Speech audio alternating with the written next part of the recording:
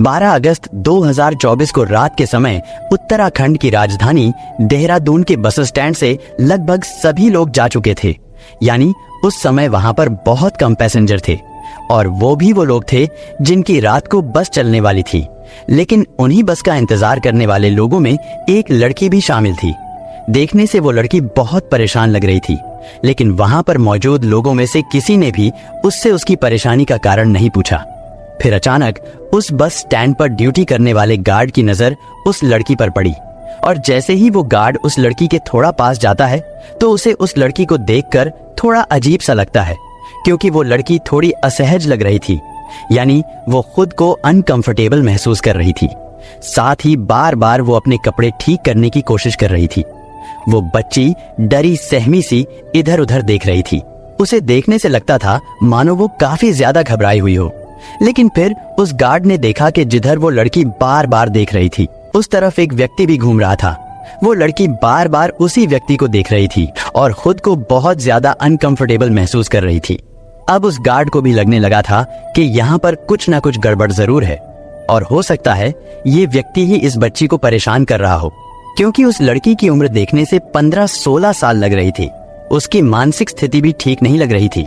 इससे पहले कि गार्ड उससे कुछ पूछ पाता, तभी उस लड़की ने गार्ड से कहा कि मुझे पंजाब के पटियाला शहर जाना है। यहाँ से पंजाब के लिए बस कितनी देर में जाएगी? और शायद अगर वो लड़की उस गार्ड से बस के बारे में ना पूछती और अगर उस समय उस लड़की को पटियाला जाने वाली बस मिल जाती तो शायद ये इतनी बड़ी घटना बस एक राज ही बनकर रह जाती। खैर, गार्ड को उसकी हालत कुछ ठीक नहीं लग रही थी, इसलिए गार्ड तुरंत चाइल्ड हेल्पलाइन नंबर 1098 पर कॉल करता है और उनसे कहता है कि सर, यहाँ दून ISBT के प्लेटफॉर्म नंबर 12 पर एक नाबालिग लड़की खड़ी है। मुझे उसकी हालत थोड़ा अजीब लग रही है, इसलिए आप एक बार यहाँ आकर देख लीजिए। हो सकता है शायद आप इसकी हालत को बेहतर तरीके से समझ सकें। सूचना मिलते ही चाइल्ड वेलफेयर की टीम बस स्टैंड पर पहुंचती है और फिर कुछ देर बाद पुलिस भी वहां पर पहुंच जाती है और उस गार्ड से लड़की के बारे में पूछने लगते हैं। गार्ड ने उस लड़की को जिस कंडीशन में देखा था वो सारी चीजें उसने पुलिस वालों को बता दी। इसके बाद पुलिस उस लड़की के पास पहुंचती है और जब पुलिस वालों ने उस लड़की को देखा तो उन्हें भी पहली नजर में यही लगता है कि इस बच्ची के साथ यहाँ पर जरूर कुछ तो गलत हुआ है और हो सकता है जो व्यक्ति वहां पर घूम रहे हैं उनमें से कोई उसे परेशान कर रहा हो। खैर, जब पुलिस वाले और चाइल्ड वेलफेयर कमेटी के लोग उसके पास पहुंचते हैं, वो लोग उससे बात करने की कोशिश करने लगते हैं। लेकिन जब पुलिस वाले उस लड़की से बात करने की कोशिश करते हैं तो वो लड़की उन्हें देखकर बहुत ज्यादा घबरा जाती है। उसके पास जो बैग था वो उस बैग से लिपट जाती है और इतने सारे मर्दों को अपने सामने देखकर कांपने लगती है। तो पुलिस वाले तुरंत समझ जाते हैं कि ये जरूर आदमियों से घबरा रही है, इसलिए जेंट्स पुलिस पीछे चले जाते हैं और फिर केवल महिला पुलिस ऑफिसर ही उसके पास रह जाती है। वो उस लड़की से बात करने की कोशिश करती है। लेडी पुलिस ऑफिसर उससे पूछती है कि बेटी, तुम कहाँ की रहने वाली हो और तुम कहाँ जाना चाहती हो? उस लड़की ने बताया कि वो पंजाब के पटियाला शहर जाना चाहती है, क्योंकि वो बच्ची बहुत ज्यादा घबराई हुई थी। इसलिए उस लेडी ऑफिसर ने उससे पूछा कि बेटी, क्या तुम यहाँ पर अकेली आई थी या फिर तुम्हारे साथ कोई और भी था जो तुम्हें अपने साथ यहाँ लेकर आया था? पुलिस उससे कई तरीकों से पूछताछ करने की कोशिश कर रही थी, लेकिन बार बार पूछने के बाद भी वो लड़की बहुत कम सवालों के जवाब दे रही थी। फिर भी पुलिस वालों को इतना तो समझ आ गया था कि ये लड़की जरूर किसी बड़ी मुसीबत में है, इसलिए वो लोग उसे अपने साथ गाड़ी में बैठाकर पुलिस स्टेशन ले जाते हैं, क्योंकि उस समय लड़की को बहुत ज्यादा भूख लगी थी। तभी उस लड़की ने महिला पुलिस ऑफिसर से कहा कि मुझे बहुत भूख लग रही है, इसलिए सबसे पहले उसे अच्छे से खाना खिलाया जाता है, पानी वगैरह पिलाया जाता है। इसके बाद जब लड़की थोड़ा रिलैक्स होती है तो लेडी ऑफिसर उसके पास बैठकर फिर से उसके साथ बात करने की कोशिश करती है, लेकिन उस समय वो इतनी ज्यादा घबराई हुई थी कि वो किसी से भी बात नहीं करना चाहती थी। वो पुलिस स्टेशन के एक कोने में चुपचाप बैठी हुई थी, क्योंकि उसके साथ जो दरिंदगी की गई थी उसके बारे में बताने के लिए ना तो उसे कुछ समझ आ रहा था और ना ही वो किसी को बताने की हिम्मत जुटा पा रही थी। खैर, अगली सुबह उसका ट्रीटमेंट भी शुरू कर दिया जाता है, क्योंकि पुलिस वालों को ये बात लग रही थी कि लड़की डिप्रेशन में है और यही कारण है कि ये कुछ भी बताने की स्थिति में नहीं है। इसके बाद 2 दिन तक उसका ट्रीटमेंट चलता है। इसके बाद दोबारा फिर महिला पुलिस उसके पास जाती है। इस बार जब लेडी ऑफिसर ने उससे पूछताछ करनी शुरू की तो उस लड़की ने बताया कि मेरे साथ गंदा काम किया गया है, जिससे महिला पुलिस ऑफिसर तुरंत समझ जाती है कि इस बच्ची के साथ तो दरिंदगी की गई है। इसके बाद उन्होंने उससे पूछा कि बेटी ये सब तुम्हारे साथ कहां पर हुआ। तो वो लड़की उन्हें बताने की कोशिश करने लगती है, लेकिन जब वो उन्हें अपने साथ हुई हैवानियत के बारे में बता रही थी तो इसी बीच वो जोर जोर से रोने लगती है, क्योंकि वो महिला पुलिसकर्मी थी, इसलिए उसके हालातों को काफी अच्छे से समझ रही थी। इसके बाद उन्होंने उस बच्ची को चुप कराया और उसे दिलासा देते हुए कहा कि बेटा तुम डरो मत, अब सब कुछ ठीक हो जाएगा, तुम्हें घबराने की कोई जरूरत नहीं है, और जो कुछ भी तुम्हारे साथ हुआ है उसे भी छोड़ो, हम लोग उसके बारे में भी बात नहीं करेंगे। वो लोग जैसे तैसे कर उस बच्ची को शांत कराते हैं। उसके बाद अगले दिन दोबारा से उससे पूछताछ करते हैं। वो लड़की बताती है कि उसके साथ कई लोगों ने मिलकर गंदा और घिनौना काम किया है, यानी उसके साथ गैंग हुआ था। इसके बाद पुलिस वालों को पता चलता है कि उसके साथ ये हैवानियत उत्तराखंड के देहरादून बस स्टैंड पर हुई है। अब क्योंकि वो बस स्टैंड था, इसलिए वहां पर कई सीसीटीवी कैमरा भी लगे हुए थे। इसके बाद पुलिस फिर से बस स्टैंड पर पहुंचती है, क्योंकि वो लड़की उन्हें वहीं पर मिली थी, इसलिए पुलिस अपनी इन्वेस्टिगेशन भी वहीं से शुरू करती है। इन्वेस्टिगेशन के दौरान जब सीसीटीवी कैमरा को चेक किया जाता है, पुलिस वालों ने देखा कि वहां बस स्टैंड पर उस लड़की के आसपास काफी लोग घूम रहे हैं। फिर थोड़ी देर बाद धीरे धीरे लोग कम होने लगते हैं, और आखिर में जब वो लड़की उस बस स्टैंड पर अकेली रह गई तो उस समय एक व्यक्ति उस लड़की के आसपास घूमता हुआ नजर आ रहा था। वो बार बार उस बच्ची को देख रहा था, इसलिए वो व्यक्ति पुलिस को भी संदिग्ध लग रहा था। और जब उन लोगों ने वो सीसीटीवी फुटेज उस लड़की को दिखाई तो वो लड़की उस व्यक्ति को तुरंत पहचान लेती है। उसे देखकर वो लड़की दोबारा फिर से रोना शुरू कर देती है। वो कहती है कि हाँ, यही वो दरिंदा है, लेकिन इसके अलावा भी कई लोग और थे। इसके बाद पुलिस वाले उस वीडियो फुटेज से उस व्यक्ति की फोटो निकलवाते हैं और फिर से बस स्टैंड पर पहुंचते हैं। वहां बस अड्डे में जितने भी लोग काम करते थे उन सबको वो फोटो दिखाया जाता है और उनसे पूछा जाता है कि क्या तुमने इस व्यक्ति को देखा है। उनमें से ज्यादातर लोगों ने कहा कि हाँ, हम इस व्यक्ति को बहुत अच्छी तरह से जानते हैं। उस व्यक्ति का नाम और एड्रेस पता चलने के बाद पुलिस तुरंत उसे अरेस्ट कर लेती है। इसके बाद पुलिस उससे पूछताछ करती है और कहती है कि अब तुम हमें पूरी बात बताओ कि आखिर तुम लोगों ने उस 16 साल की नाबालिग लड़की के साथ क्या किया था और इस काम में तुम्हारे साथ कौन कौन लोग शामिल थे। पहले तो वो व्यक्ति पुलिस को गुमराह करने की कोशिश करता है, लेकिन जब उससे कड़ाई से पूछताछ की गई तो तब उसने एक ऐसी कहानी सुनाई जिसे सुनकर शायद आपका भी खून खोल उठेगा। दरअसल 12 अगस्त 2024 को शाम के लगभग 4 बजे के आसपास का समय था। दिल्ली के कश्मीरी गेट पर एक लड़की खड़ी हुई थी। वो वहां पर मौजूद लोगों से पूछ रही थी कि भैया, मुझे पंजाब के पटियाला जाना है, वहां जाने के लिए मुझे कौन सी बस पकड़नी चाहिए, क्योंकि उस ISBT में सैकड़ों नहीं बल्कि हजारों बस खड़ी रहती हैं और वो बसें अलग अलग दिशा में अलग अलग शहरों में जाती हैं। इसलिए वो लड़की थोड़ा कंफ्यूज थी कि पटियाला जाने के लिए मैं किस बस में बैठूं। लेकिन वो लड़की जिस व्यक्ति से बस के बारे में पूछ रही थी, दरअसल वो भी एक बस का ड्राइवर था। उसने कहा, तुम परेशान मत होइए, जो सामने बस खड़ी हुई है, तुम इस बस में जाकर बैठ जाओ। वो बस दिल्ली से देहरादून जाने के लिए तैयार खड़ी थी। उस लड़की को उस बस में बैठा लिया जाता है और उससे कहा जाता है कि तुमको किराया देने की भी कोई जरूरत नहीं है, जब तुम्हारा स्टॉप आएगा तो मैं तुम्हें बता दूंगा, तुम वहां पर उतर जाना। इसके बाद धीरे धीरे वो बस चलने लगती है और फिर वो बस रात करीब 10:30 बजे के आसपास उत्तराखंड की राजधानी देहरादून बस स्टैंड पर जाकर रुक जाती है, क्योंकि वो उस बस का आखिरी स्टॉप था।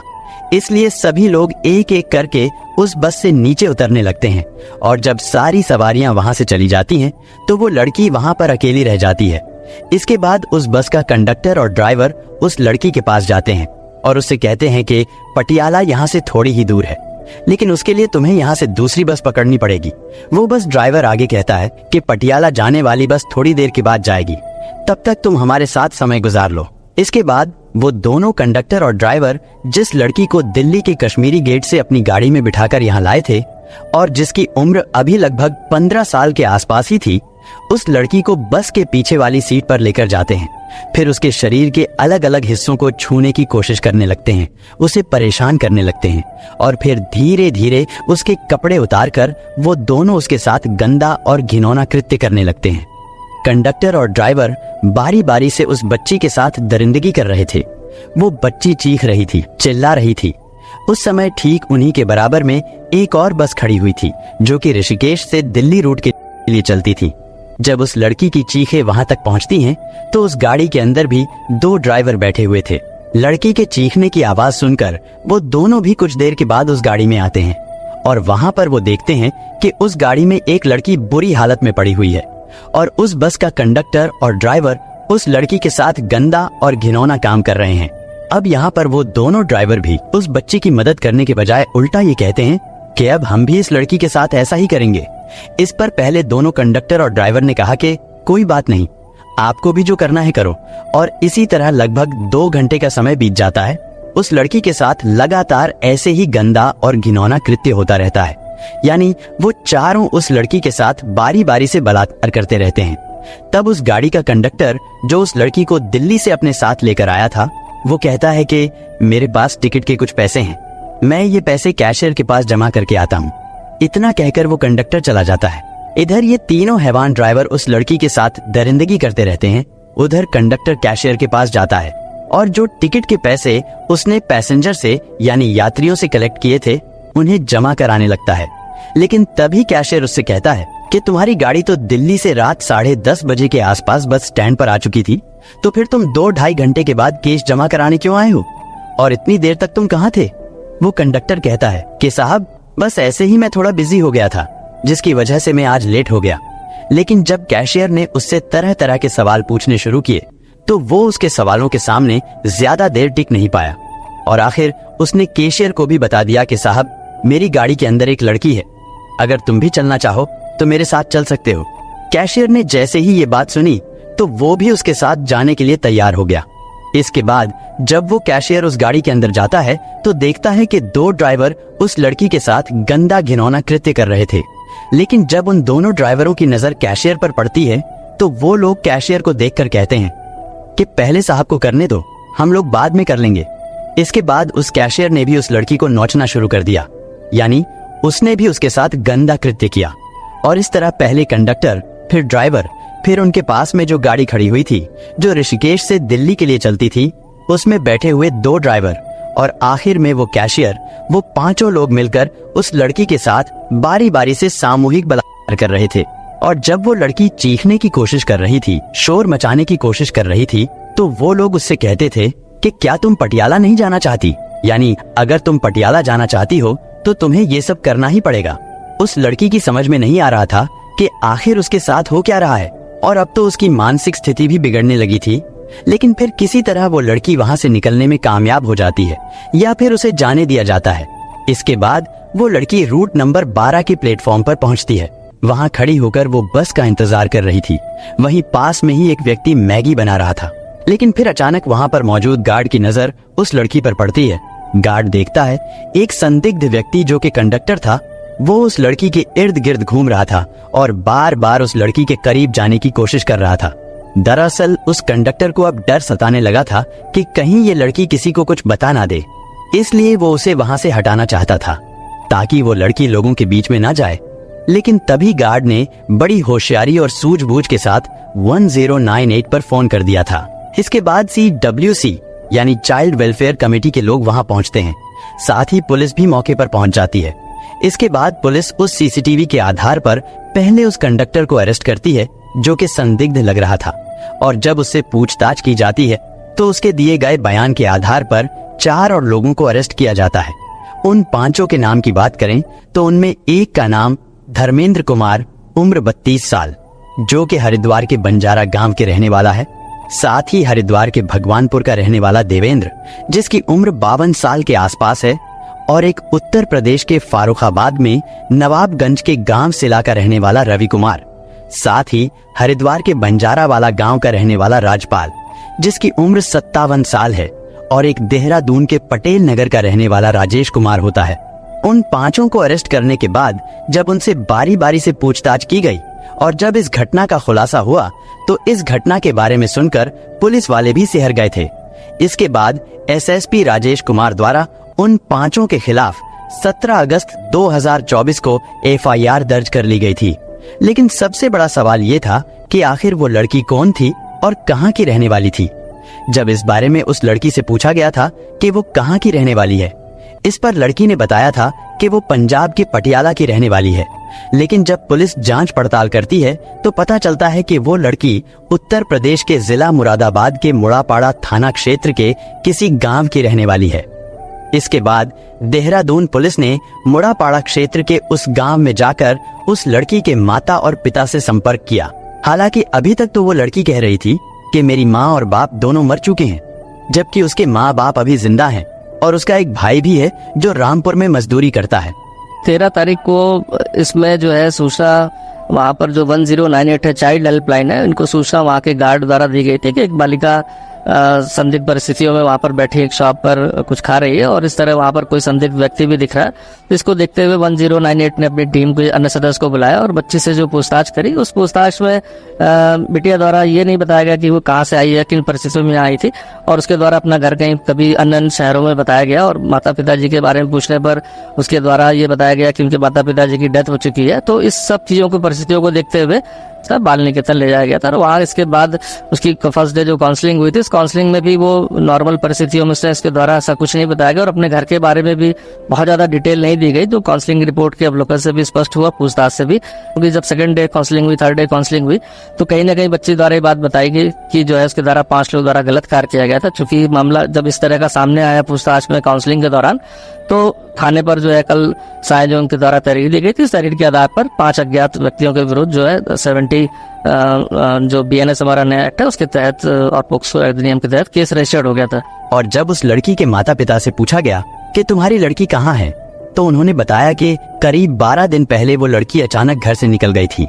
हालांकि इससे पहले भी वो 1-2 बार घर से गई थी, लेकिन हर बार वो लोग उसे जल्दी ही ढूंढ लेते थे। उनका कहना था कि इस बार हमें पता ही नहीं चल सका वो कब कैसे निकल गई। हमने उसे हर जगह तलाश करने की कोशिश की। इसके बाद लड़की के माता पिता उसे लेने के लिए देहरादून पहुंचे, लेकिन लड़की ने अपने माँ बाप के साथ जाने से साफ इनकार कर दिया था कि मुझे इनके साथ नहीं जाना है। पुलिस जांच में ये भी पता चला था कि उस लड़की के माँ बाप की भी मनोस्थिति ज्यादा अच्छी नहीं है और वो लोग भी अपनी बेटी को लेकर काफी समय से बहुत ज्यादा परेशान रहते हैं। वो लड़की जिसके साथ 5 लोगों ने सामूहिक, उसको तो ठीक से ये भी नहीं पता था कि उसके साथ इतना गंदा और घिनौना कृत्य हुआ है। हालांकि उस लड़की का अभी भी इलाज चल रहा है, साथ ही उसे अभी फिलहाल बालिका निकेतन में रखा गया है ताकि उसकी मानसिक स्थिति कुछ ठीक हो सके। उसकी कई बार काउंसलिंग भी कराई जा रही है और इस घटना से संबंधित अन्य आरोपियों के बारे में भी जानकारी जुटाने की कोशिश की जा रही है। पुलिस का कहना है कि हो सकता है इस घटना में 5 से ज्यादा लोग शामिल रहे हों। साथ ही पुलिस का ये भी कहना है कि इस मामले को फास्ट ट्रैक कोर्ट में चलाया जाएगा और आरोपियों को कम से कम समय में कड़ी से कड़ी सजा दिलाने की कोशिश की जाएगी, ताकि समाज में इंसानों के रूप में घूम रहे हैवानों को ये संदेश दिया जा सके कि बुरा काम करने वालों को किसी भी तरह बख्शा नहीं जाएगा। लेकिन इस लड़की के साथ जो होता है, उस घटना को सुनने के बाद कई तरह के सवाल खड़े हो जाते हैं। यानी एक तरफ अभी पश्चिम बंगाल की राजधानी कोलकाता में ट्रेनी डॉक्टर की घटना को लेकर पूरे देश में बवाल मचा हुआ है। इंसाफ के लिए धरना प्रदर्शन भी किए जा रहे हैं, लेकिन ऐसा लगता है कि इस तरह का गंदा और घिनौना काम करने वाले लोगों को शायद अब कानून का कोई डर नहीं रहा, क्योंकि कोलकाता केस के ठीक 3 दिन बाद देहरादून में भी इसी तरह की दरिंदगी की वारदात का हो जाना, ये अपने आप में एक बहुत बड़ा सवाल है। और जो कुछ इन दोनों लड़कियों के साथ हुआ वो वाकई बहुत भयानक और डराने वाला है। लेकिन सबसे अजीब बात ये कि इन 5 लोगों में 2 लोगों की उम्र 50 साल से ज्यादा थी। क्या उन्हें उस बच्ची के साथ दरिंदगी करते हुए एक बार भी इस बात का ख्याल नहीं आया कि ये लड़की उनकी बेटी की उम्र की है या फिर उनकी पोती की उम्र की है, जिसे वो लोग सारी रात नोचते रहे, उसकी इज्जत को तार तार करते रहे। खैर, फिलहाल पुलिस ने उन सभी आरोपियों को जेल भेज दिया है। साथ ही पुलिस का कहना है कि आरोपियों को जल्द से जल्द कोर्ट द्वारा कड़ी से कड़ी सजा दिलाई जाएगी। दोस्तों, इस घटना को सुनाने का उद्देश्य किसी का दिल दुखाना नहीं है, किसी को परेशान करना नहीं, बल्कि आपको जागरूक करना है, आपको सचेत करना है। दोस्तों, इस पूरी घटना के बारे में आपकी क्या राय है, कमेंट बॉक्स में जरूर बताएं। और अगर हमारी मेहनत पसंद आई हो तो इस वीडियो को लाइक करते हुए शेयर भी करें। अगर आपने अब तक चैनल को सब्सक्राइब नहीं किया है